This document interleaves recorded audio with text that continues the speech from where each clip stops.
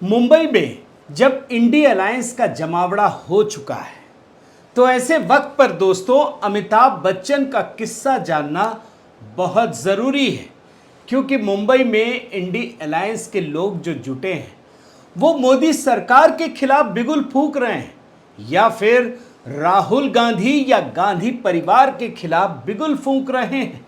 मुंबई से जो सबसे महत्वपूर्ण तस्वीर सामने आई, आप जानते हैं वो तस्वीर कौन सी है? वो तस्वीर ये है दोस्तों कि ममता बनर्जी, पश्चिम बंगाल के मुख्यमंत्री ममता बनर्जी सीधे अमिताभ बच्चन के घर पहुंची, वहां उनसे राखी बंधवाई। और जानते हैं इसके बाद ममता बनर्जी ने कहा कि अगर उनके वश में होता तो अमिताभ बच्चन को भारत रत्न पुरस्कार देती, और ये पुरस्कार तो उन्हें बहुत पहले मिल जाना चाहिए था। जरा बयान सुनिए ना। हम उनको भारत रत्न कहते हैं, अगर हमारे पास रहते हैं तो हम 1 सेकेंड में इसको करा देता, अगर बहुत दिन पहले देना चाहिए था। अब जरा सोचिए दोस्तों कि बहुत पहले केंद्र में किसकी सरकार थी?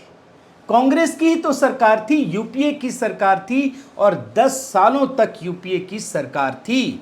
और ये भी याद रखिए, और आपको शायद ये जानकर आश्चर्य होगा कि अमिताभ बच्चन के घर में आज जो ममता बनर्जी पहुंची है वो घर कभी इतना महत्वपूर्ण था। मैं अमिताभ बच्चन के घर की बात कर रहा हूं कि जब इंदिरा गांधी प्रधानमंत्री थी उस समय उनके बेटे राजीव गांधी का ये ससुराल हुआ करती थी। जी हां, आप सुनकर आश्चर्य करेंगे कि जब सोनिया गांधी भारत की धरती पर पहली बार आई तो वो 45 दिनों तक अमिताभ बच्चन के घर पर ठहरी थी, और यहीं से कन्यादान हुआ था, और अमिताभ बच्चन के पिताजी ने उनका कन्यादान किया था सोनिया गांधी का। और ये जो संबंध है ना दोस्तों, ये नेहरू और हरिवंश राय बच्चन का संबंध था। मगर फिर आपातकाल हो या फिर बोफोर्स कांड, दोनों परिवारों के रिश्ते ऐसे बिगड़े कि फिर उनमें धीरे धीरे गांठ पड़ने लगी।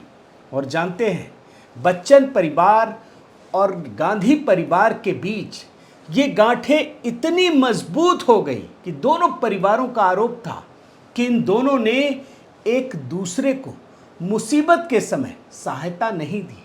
जैसे राजीव गांधी की जब हत्या हुई तो उनका गिला शिकवा था कि बच्चन परिवार ने सहायता नहीं की। इसी प्रकार से बच्चन परिवार को ये शिकवा है कि बोफोर्स कांड हो या फिर आर्थिक तंगी, गांधी परिवार ने उनसे किनारा कर लिया। यानी कि बच्चन परिवार गांधी परिवार से प्यार और दूरी का पर्याय बन गया। समझ रहे हैं ना कि अगर बच्चन परिवार को गांधी परिवार से आप तौलने लगे तो ये पता चल जाएगा कि प्रेम और दूरी की परिभाषा क्या है। कांग्रेस में अघोषित रूप से बच्चन परिवार पर बैन लग गया। और याद कीजिए, वही वो समय था दोस्तों जब अमिताभ बच्चन ने कहा था इसी गांधी परिवार के लिए कि वो राजा हैं और हम रंक हैं। ये बयान सुनिए। वो राजा हैं, हम रंक।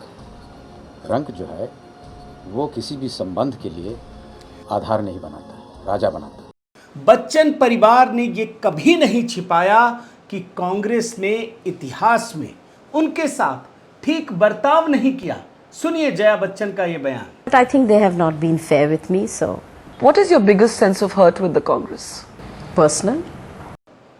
और खासकर बोफोर्स घोटाले के आरोप जब बिग बी पर भी लगे थे। That you felt that the Congress abandoned your family during Bofors? Of course they did. UPA सरकार के समय मैं आपको एक और किस्सा बताता हूं।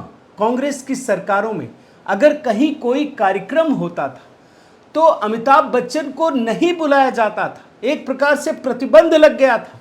और जानते हैं महाराष्ट्र के कार्यक्रम में अमिताभ बच्चन को, ये 2010 की बात बता रहा हूँ, बुलावा तो भेज दिया गया लेकिन उनकी ज़बरदस्त तरीके से बेइज्जती की गई, अपमानित किया गया। जानते हैं 2010 में महाराष्ट्र में कांग्रेस की सरकार थी, केंद्र में भी कांग्रेस की सरकार थी।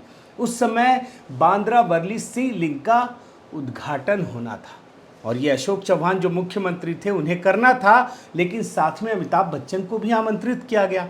और जैसे ही पता चला वहां के कांग्रेस नेताओं को उन्होंने बगावत कर दी। जो मुंबई में कांग्रेस के अध्यक्ष थे कृपाशंकर सिंह, जो मुझे ध्यान आ रहा है, उन्होंने तो बाकायदा उससे दूरी बना ली, बोला हम नहीं जाएंगे। और इतनी दूरी बनाई दोस्तों कि जो मुख्यमंत्री हैं अशोक चौहान, वो भी दबाव में आ गए और आखिरकार उन्हें स्पष्टीकरण देना पड़ा और कहना पड़ा कि अमिताभ बच्चन को जो बुलावा भेजा गया वो सही नहीं था। खुद सुनिए। एक शिकायत जरूर है कि अन्य राज्यों के वो एम्बेसडर रहने के कारण थोड़ी सी शिकायत लोगों को जरूर है। और जानते हैं, ऐसे वक्त पर जब भी गांधी परिवार और बच्चन परिवार के बीच रिश्तों की बात होती थी तो अमिताभ बच्चन कड़क अंदाज में कहते थे कि ये जो रिश्ते बने हैं ना, और जब से चला आ रहा है, उस समय तो ना सोनिया गांधी थी, ना राहुल गांधी थे और ना प्रियंका गांधी थी। खुद बयान सुनिए उनका। नेहरू परिवार के साथ बाबूजी का संबंध उस जमाने से है जब ना श्रीमती जया बच्चन थी, ना श्रीमती सोनिया गांधी थी, ना श्री राहुल गांधी थे और ना ही प्रियंका गांधी थी। और यही वो दौर था जब गुजरात के मुख्यमंत्री, जो इस समय प्रधानमंत्री हैं, नरेंद्र मोदी, उन्हें लगा कि गांधी परिवार का बच्चन परिवार के साथ ये रवैया ठीक नहीं है। मोदी जी ने उन्हें गुजरात बुलावा भेजा और उन्हें गुजरात का ब्रांड एम्बेसडर बना दिया। इसके दो फायदे थे, बड़े ध्यान से सुनिए, तभी आपको इंडिया अलायंस का ये जो खबर है ना, ये समझ में आएगी। इसके दो फायदे थे। एक तो गुजरात मॉडल को जनता के बीच पहुंचाने में मदद मिली, ये याद ही होगा, कुछ दिन तो गुजारो गुजरात में। और दूसरा वो दोस्तों कि अमिताभ बच्चन से गांधी परिवार को बेहद चिढ़न थी, वो ईर्ष्या करते थे, जबकि पूरा भारत उन्हें एक कलाकार के रूप में प्रेम करता था। और इसीलिए तो नरेंद्र मोदी इस बात को भली भांति जानते थे, वो उन्हें गुजरात से जोड़े रखना चाहते थे। सुन लीजिए। अमिताभ बच्चन स्वयं घर घर जाकर के कहते हैं कुछ दिन तो गुजारो गुजरात में। इसका मतलब ये था कि पूरी दुनिया समझ गई थी कि अमिताभ बच्चन इस समय गांधी परिवार को चढ़ाने की चीज बन गए हैं। मतलब गांधी परिवार को अगर चढ़ाना हो ना तो अमिताभ बच्चन को साथ रख लीजिए। मतलब सब समझते थे, इसमें कोई छिपी हुई चीज नहीं थी दोस्तों। जाहिर है ऐसे वक्त में जब मुंबई में इंडिया अलायंस की तीसरी बैठक हो रही है तो ममता बनर्जी का अमिताभ बच्चन के घर जाना क्या संकेत देता है, जरा सोचिए।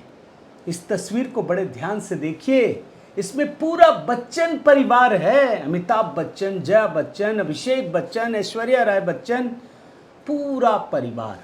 मतलब आप सोचिए, इस वीडियो में गांधी परिवार को चिढ़ाने का पूरा मसाला है, आप सोच लीजिए।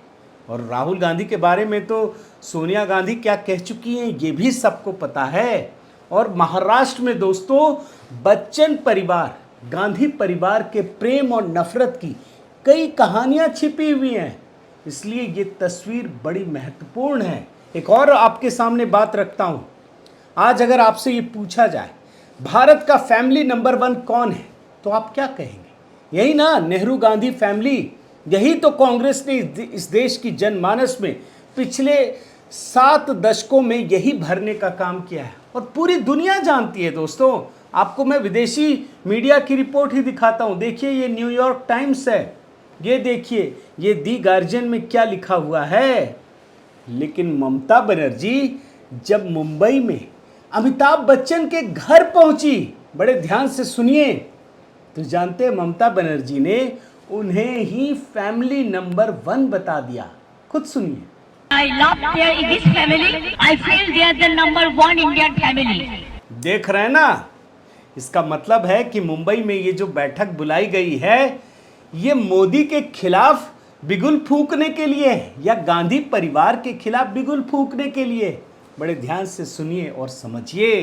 और सिर्फ ममता ही नहीं बल्कि बाकी पार्टियों ने भी जो काम किया है, जिस तरह के बयान आए हैं, जिस तरह की कैट फाइट हुई है अन्य पार्टियों की प्रवक्ताओं के बीच में, आप हैरान हो जाएंगे कि ये मोदी से ज़्यादा तो गांधी परिवार के खिलाफ बिगुल फूंकने जैसा है। और आज मैं यही डिकोड कर रहा हूं। साथियों नमस्कार, मैं हरिश्चंद्र बर्णवाल। आज इंट्रोडक्शन ज़्यादा लंबा था क्योंकि कहानी मज़ेदार थी, और बच्चन परिवार से जुड़ी कहानी हो, गांधी परिवार से जुड़ी कहानी हो, तो उसको बीच में कैसे ब्रेक कर दें। लेकिन कुछ महत्वपूर्ण खबरों को भी देख लीजिए, फिर आपको सारी कहानी एक साथ समझ में आ जाएगी।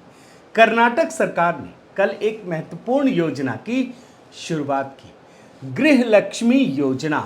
और इस योजना की लॉन्चिंग के समय आप विजुअल देखिए, मुख्यमंत्री Siddaramaiah, deputy CM DK Shivakumar, Congress अध्यक्ष मल्लिकार्जुन खड़गे और फिर कांग्रेस के पूर्व अध्यक्ष राहुल गांधी भी मौजूद थे, आप देख लीजिए।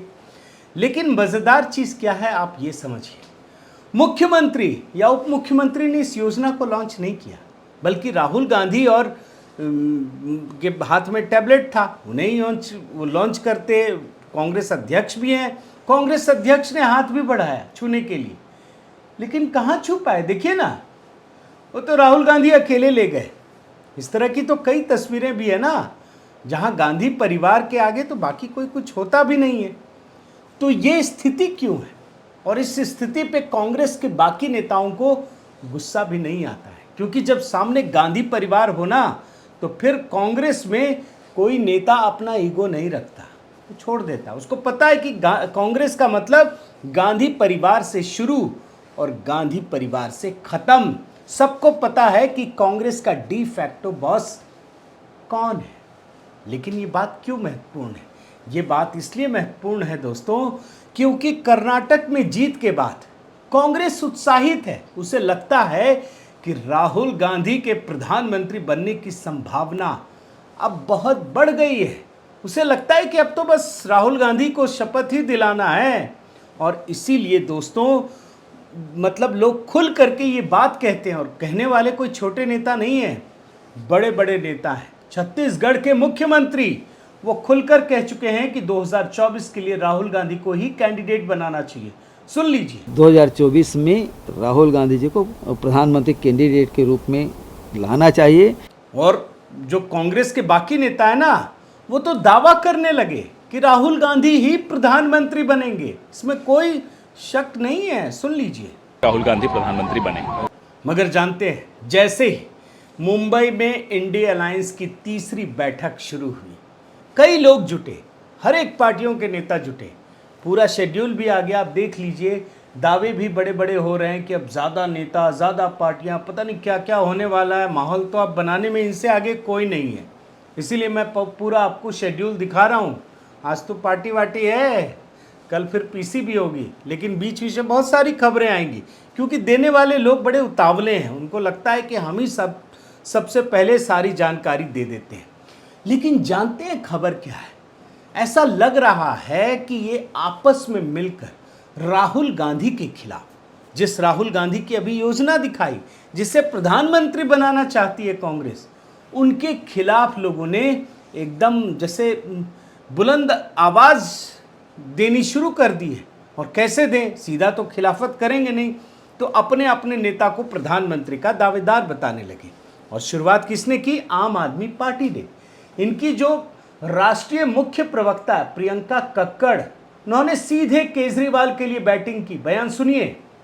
मैं तो चाहूंगी अरविंद केजरीवाल जी हो प्रधानमंत्री के उम्मीदवार भी। और जब ये कह रही हो तो समाजवादी पार्टी के नेता जूही सिंह प्रवक्ता हैं, उन्होंने भी मोर्चा संभाला। अखिलेश यादव की काबिलियत गिनवाई और बताया कि वो पीएम मटेरियल हैं। सुन लीजिए। मैं चाहूंगी कि मेरे राष्ट्रीय अध्यक्ष प्रधानमंत्री बने, वो काबिल हैं, इस लायक हैं, उत्तर प्रदेश की जिम्मेदारी है उन पर। अब भला उद्धव ठाकरे की पार्टी क्यों पीछे रहे? प्रियंका चतुर्वेदी ने भी उद्धव साहब के लिए पैरवी की। प्रियंका चतुर्वेदी कहेंगे उद्धव साहब को बनना चाहिए, और उन्होंने ऑफर भी किया कि बाकी पार्टियां भी ऐसा ही करें। सुन लीजिए। सब खुले दिल से कह सकते हैं हमारे लीडर प्रधानमंत्री बनने चाहिए। और जानते हैं दोस्तों, ये जो बयान सुना रहा हूं ना, ये सारे कल के हैं। ऐसा लग रहा है कि पार्टियों के बीच, इनके नेताओं के बीच कैट फाइट शुरू हो गई। यही है ना, मीटिंग से पहले ही सब अपने अपने नेता को बोल रहे हैं। हालांकि हम ये भी जानते हैं कि पीएम पद के कई दावेदार हैं और भी हैं। तेजस्वी यादव लीजिए, मुख्यमंत्री बनने की इतनी लालसा है, इतनी तीव्र लालसा है कि जब तब नीतीश कुमार के लिए बैटिंग करते रहते हैं। अब वो भले ही खुद ही ना करें, वो अलग चीज़ है, मतलब उतर नहीं रहे हैं। आप सुनिए ना ये बयान। लालू जी ने अडवाणी जी का रथ रोका, इस बार महागठबंधन की सरकार नीतीश जी के नेतृत्व में हम लोग यहाँ से मोदी जी का रथ रोकेंगे। अब जाहिर है दोस्तों कि मुंबई की बैठक में एक बहुत बड़ा अखाड़ा दिखने वाला है, क्योंकि एक तो हर कोई राहुल की अकेली दावेदारी को खारिज करना चाहता है। उसे पसंद नहीं है कि राहुल गांधी ही अकेले दावेदार हो जाए, सबको मिलना चाहिए। बटेगा तो सब में बटेगा ना, और इसीलिए हर किसी के मन में प्रधानमंत्री बनने की तीव्र लालसा जगी हुई है। फॉर्मूला तो मैं आपको दिखा ही चुका हूँ ये वाला, इस पर तो एक स्पेशल एपिसोड बना चुका हूँ। लेकिन फिर भी यकीन मानिए दोस्तों कि जब ये मोदी विरोध में मिल रहे हैं तो कुछ ना कुछ तो होगा। जैसे लोगो बना देंगे, कुछ कर देंगे, तभी तो बताएंगे। और ये भी हो सकता है कि फैसला लेने वाली एक समिति बनाने का फैसला करें, लेकिन उस समिति में कौन होगा उसको परखने के लिए एक नई समिति की घोषणा कर दे। कुछ तो करना होगा ना, तभी तो लगेगा कि हमने कुछ काम किया है। और यही इनका तरीका है, क्योंकि याद रखिए जब यूपीए की सरकार बनी थी, खिचड़ी सरकार, तब कुछ फैसला नहीं होता था। इसी तरीके से अराजकता का माहौल था, भ्रष्टाचार चारों तरफ था, उसका बोलबाला था, पॉलिसी पैरालिसिस की स्थिति थी। लेकिन इसके बाद भी ये जाहिर तो यही करते थे कि हम काम कर रहे हैं, लेकिन काम करता कोई नहीं था दोस्तों। और यही स्थिति आज भी है। मगर कुल मिलाकर मैं ये ज़रूर बताऊंगा कि इन्हें इस बात का घमंड हो गया है कि हम एकजुट हो चुके हैं, हम मोदी को हरा देंगे, और ये तमाम तरीके की चीज़ें खुलकर कर रहे हैं। इन्हें एहसास नहीं है कि जनता इसे देख रही है, क्योंकि उनको लगता है ना दोस्तों कि जरा भी तिकड़म इधर उधर भिड़ गई तो फिर तो मोदी को हरा देंगे और सबको सत्ता में भागीदारी मिलेगी, सबको मौका मिलेगा, उसी तरीके से जैसे यूपीए 2 का कार्यकाल था। इसलिए इंतज़ार कीजिए, अभी पूरा 2 दिन आपको देखने को बहुत कुछ मिलेगा। मैं भी नज़रें बनाए हुए हूँ और देखते हैं इस बैठक से क्या निकलता है। या तो 9 दिन चले 2.5 कोस, या फिर कुछ निकलता भी है, या वो समिति बनाने के लिए एक नई समिति का गठन होता है।